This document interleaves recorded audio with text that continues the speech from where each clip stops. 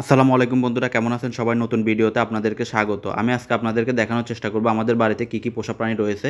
প্রথমে আপনারা দেখতে পারতেছেন খরগোশ। আমাদের বাড়িতে টোটাল ২টি খরগোশ রয়েছে, একটি মেল এবং একটি ফিমেল।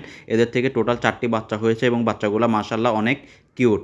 এখানে একটি জংলি ঘুঘু দেখতে পারতেছেন, যেটি কবুতরের সাথে রয়েছে। এটি কবুতরের সাথে থাকার কারণ হচ্ছে আমার কাজিন ওকে ছোটোবেলায় গাছের নিচে কুড়িয়ে পায় এবং সেখান থেকে এনে এই কবুতরগুলার নিচে দেয় এবং কবুতরে ওকে লালন পালন করেছে। সেজন্য বড় হওয়ার পরও ও কোথাও যায় না, এই কবুতরগুলোর সাথেই থাকে। আমাদের বাড়িতে কিন্তু বিভিন্ন রকমের কবুতর রয়েছে, যেমন এখানে আপনার রেড সিরাজ দেখতে পারতেছেন, এখানে রয়েছে পোটার কবুতর, বিভিন্ন জাতের পোটার কবুতর কিন্তু আমাদের রয়েছে।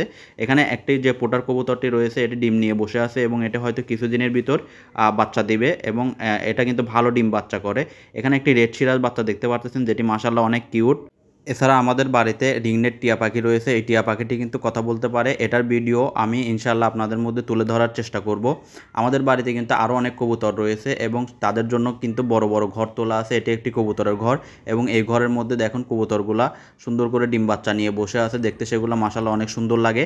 এখানে আরও একটি ঘর রয়েছে যেখানে বিভিন্ন ধরনের বিভিন্ন জাতের অনেক কবুতর রয়েছে। দেখুন মাশাআল্লাহ এখানে কতগুলো কবুতর, এবং আমাদের এখানে টোটাল 50 থেকে 60 জোড়া কবুতর রয়েছে, যেখান থেকে আমরা প্রতি মাসে প্রায় 30 থেকে 35 জোড়া বাচ্চা পেয়ে থাকি।